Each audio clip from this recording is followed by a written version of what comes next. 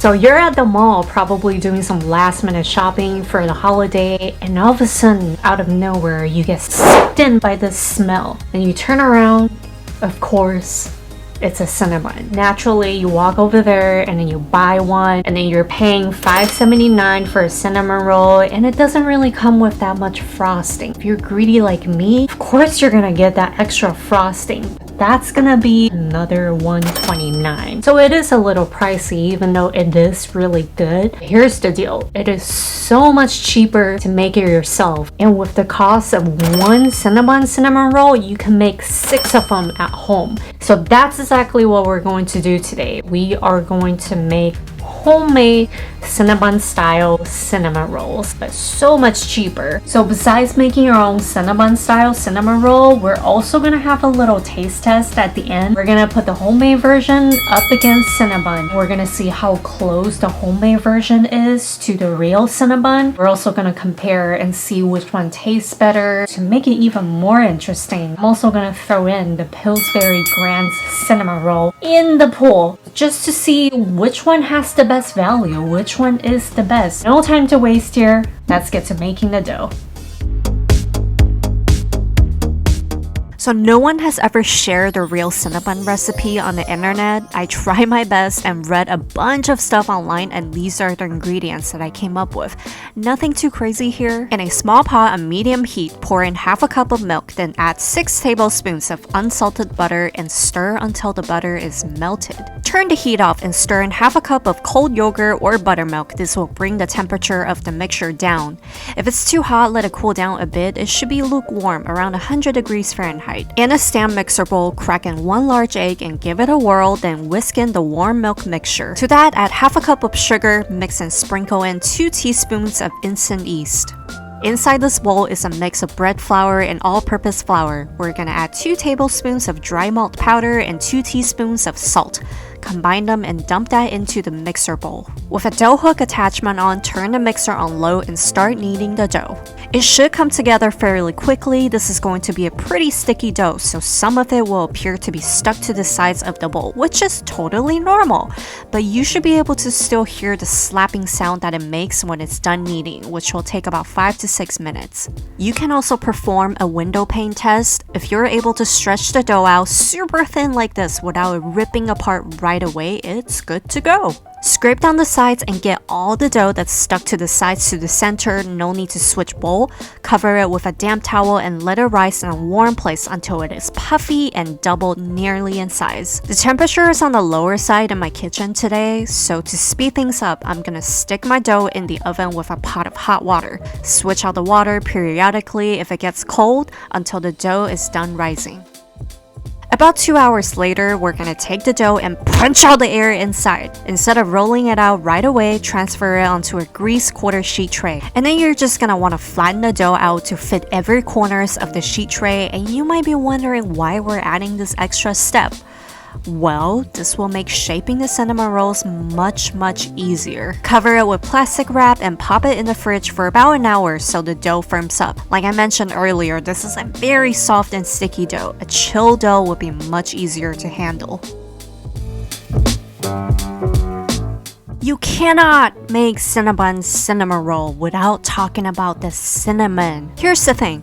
Cinnabon uses a trademark blend of cinnamon called the Makara that they source from the Carincha region in Indonesia. It is what makes Cinnabon stand out, and it's what gives their cinnamon roll that distinct spicy and sweet cinnamon flavor. The cinnamon you see at the grocery stores don't usually state what kind and where its origin is, and there are actually so many different types of cinnamon that come from a bunch of different countries, and they all taste different. And to mimic that Makara flavor profile, I was able to find Carincha cinnamon at my local Sprouts, and it's fairly inexpensive at 69 cents per ounce. But with just Carincha cinnamon, I feel like it was still missing something, so I decided to blend it with some Vietnamese cinnamon to replicate the taste of Cinnabon. Combine 1.5 cups of dark brown sugar with half a teaspoon of salt, 1.5 tablespoons each of Carincha cinnamon and Vietnamese cinnamon. You can see here that the Vietnamese cinnamon has a reddish, almost cocoa-like color. It is a little more spicy than the Carincha cinnamon on the right, which has a more yellow tone to it.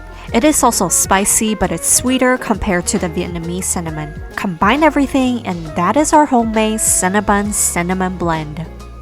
Before we roll the dough out, let's get the baking tray prepped up. This is a standard 9x13 inch pan. I'm going for that authentic Cinnabon experience. Might as well go all the way because it's the little detail that counts. It's been about an hour, my dough has firmed up, but it's still pliable, which is the perfect consistency for rolling. Remove the dough from the sheet tray and transfer it onto a flour work surface. Yep, there we go. A perfect rectangle shaped dough that will be super easy to roll out. Flour the dough and the rolling pin as well and start rolling it out. Start from the center and move your way out. I like to start with both corners and then the middle part to ensure it is getting rolled out evenly. And since the dough was already in a rectangle shape, it makes the job so much easier. Remember to flour the work surface from time to time so the dough doesn't stick. So you want to roll the dough out to a large rectangle that's about 15 by 20 inches. We're going for cinnamon rolls that are super big and have many layers just like Cinnabon, so the size of the dough sheet actually does matter here. Once the dough is rolled out, take a whole stick of margarine and plop it on top of the dough sheet. That's right. Instead of using butter for the filling, we're using margarine, just like they do at Cinnabon. Margarine melts at a higher temperature and it will create that ooey gooey, almost caramel-like cinnamon syrup on the bottom. You can of course use butter, but it's just not going to have the same effect. We're after the goo here. Smear the whole thing out as evenly as possible and sprinkle the cinnamon sugar on top and spread it out with your hands. But make sure to leave about a ½ inch border. Use your hand or a rolling pin to press down on the cinnamon sugar so they stick to the margarine. Then start rolling the dough from top to bottom. Try to roll it as tight as possible. Man, I bet Snoop Dogg is really good at this. Once it's in a nice cylindrical shape, you want to pinch the ends together so the cinnamon sugar doesn't fall out. Again, we're going for big cinnamon rolls here. Cut it into 6 even pieces with a sharp serrated knife in a slow sawing motion. And of course, you can use dental floss to do this, but just make sure it's not mint flavor. I personally like using a serrated knife, but you do you, whatever works for you. Transfer all the cinnamon rolls onto the baking tray that's already lined with parchment paper, and will you look at that? That layers of cinnamon filling is exactly what I want. And come on, tell me that doesn't look like Cinnabon. I think I really nailed that. Cover the tray with plastic wrap and transfer the cinnamon rolls into the fridge and let them rest overnight so they can develop a deeper and better flavor. Okay, so I know a lot of people rave about Cinnabon's cream cheese frosting. To me, it tastes a little bit like the store-bought frosting that has a very strong imitation vanilla flavor with a hint of lemon. So to recreate that, I'm gonna leave my very fancy vanilla bean paste out of this and use a cheap vanilla flavor instead. In a stand mixer bowl, combine 4 ounces of cream cheese, 1 tablespoon each of butter and margarine. Beat it on medium speed until light and fluffy. Scrape down the sides in between, and with the mixer on low, add 5 ounces of powdered sugar and several additions. When it's all incorporated, add 2 tablespoons of heavy cream or milk, 2 teaspoons of lemon juice, and 1 teaspoon of vanilla flavor. Continue mixing until the frosting is pale, light, creamy, and fluffy. Transfer it into a container and store it in the fridge until you're ready to frost your cinnamon rolls.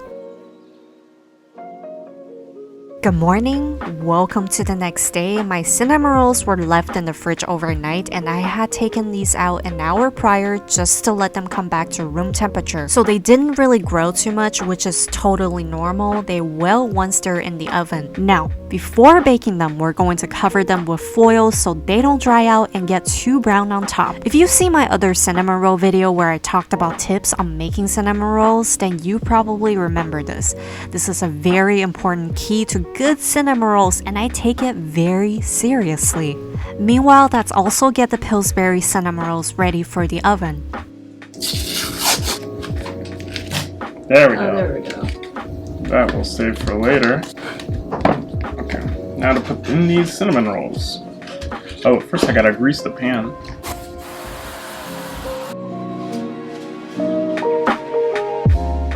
Bake the homemade ones covered with foil for 30 minutes in an oven that's preheated to 375 degrees Fahrenheit. After that, remove the foil and I think the Pillsbury ones are done. Frost them while they're still hot and continue baking the homemade ones for another 20 minutes or until the top is golden brown and beautiful. I know they say this in all the other cinnamon roll videos you see on the internet, but I really wish you could smell this because my house smells so good right now, and it low-key does smell a little bit like Cinnabon. Frost them with the cream cheese frosting while they're still warm and don't leave out any nooks and crannies. And please tell me you see that caramel pull. You see it, right? That's exactly the ooey gooiness we want. And I'd say that looks pretty close to Cinnabon, doesn't it? Smells like it too. And the grand total of all ingredients come down to $5.36, making each roll 89 cents only, which is just a fraction of Cinnabon.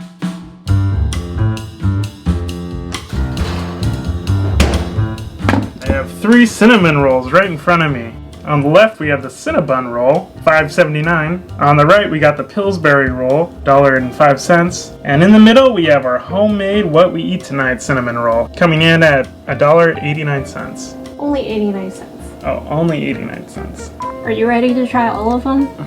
Oh, yeah.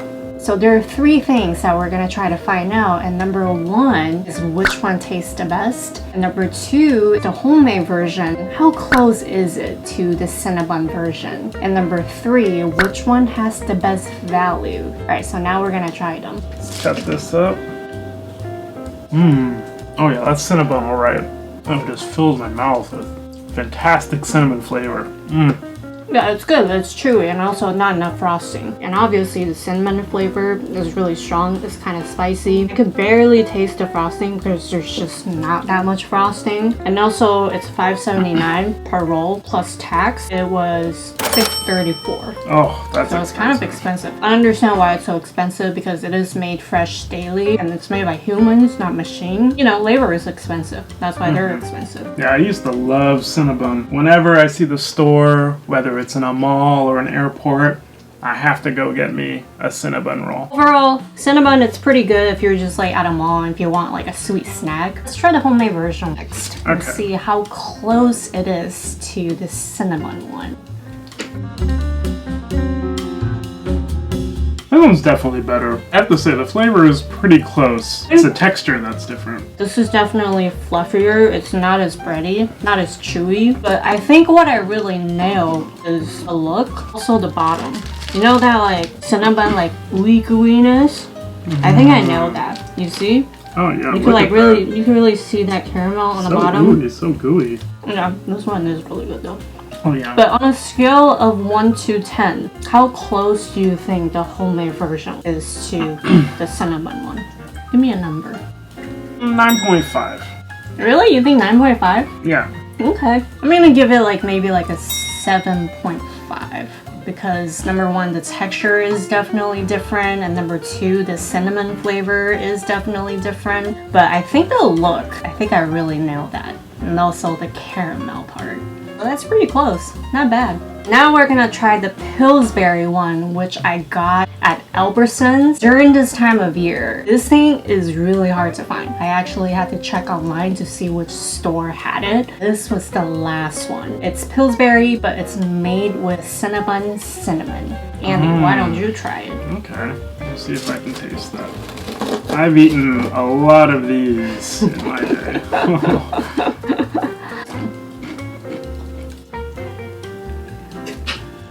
There's no caramel on the bottom. That ooey gooiness, you're not gonna find it in this cinnamon roll. This one definitely tastes the most fake, but it's not bad. I mean, it's not bad. All I taste is butter flavored Crisco. I wonder if it'll taste good with our frosting. Do you want to try it with the frosting? Yeah, sure. Let's do it. Yeah, more frosting really helps. I mean, yeah, it tastes better with the frosting, but I think it's a little dry and it doesn't have that super strong cinnamon flavor. And I'm not sure if it's like close to the Cinnabon one, even though it's made with the cinnamon. That's a tongue twister. But it was definitely great value if you don't want to go through the trouble of like making your own. Great taste, great value. probably the best price point. Cinnabon is money, making your own is time. Pillsbury, convenience. oh yeah. Alright, so conclusion, the best value, definitely the Pillsbury one. Also, comparing $1.05 to 89 cents, it's almost the cost of its raw materials, and it's already made for you. So that's you got the point. Absolute Yeah. convenience. I mean, yeah, this one you definitely gotta kind of put in the time.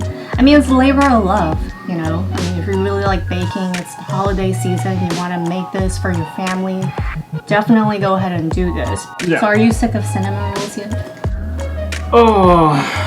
Well, Yeah, to be honest, I'm pretty sick of cinnamon rolls because that's her favorite thing to make. Yeah. Do you still want me to make them for Christmas for your family? Maybe not. Maybe make something else. Cinnamon rolls. But you're- Cinnamon rolls are a classic. Yep. Yeah. On Christmas. Yeah, I know. Cinnamon rolls are classic on Christmas. But yeah. All right. So, which is your favorite cinnamon roll? My favorite is definitely the homemade one, and then the cinnamon, and then my least favorite is Pillsbury. Look, hear me out. If you want to go for the Pillsbury one, buy it and make it, but instead of using the frosting that comes with it, make your own frosting. If you make your own frosting, it's gonna taste so much better. So he doesn't agree with me, but I think you should make your own frosting because the frosting just tastes like butter flavored Crisco, and I'm not sure I really like that, but he likes it. But you do you. You take our information and you decide what you want to do this holiday. So that's it for today's video. That's how you make a homemade Cinnabon style cinnamon roll. Happy holiday, Merry Christmas, and We'll see you next time. yeah, we'll see you next time. Yeah.